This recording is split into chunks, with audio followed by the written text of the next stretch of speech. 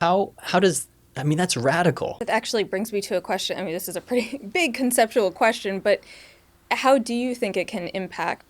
I was going to say society. That seems like such a deep question, but as you go into I schools know. and everything else, I'm just curious. But I think just giving the language, like if you think about it with teachers, like just giving the language of like, okay, there are parts of me that would have rather stayed in bed, and parts of me that are like, well, I'm excited to do my job. I've always wanted to be a teacher, and there's different parts of you, and guess what? There's also different parts of little Johnny sitting at your desk, and so there's the one that wants you to love him and like him and be a good boy, whatever that means, and there are other parts of him that are hungry or that are tired or that are lonely or that are struggling or the dog is getting tired of being picked on. So let's just notice the parts of me and the parts of you, like parts of me as a teacher and the parts of these kids.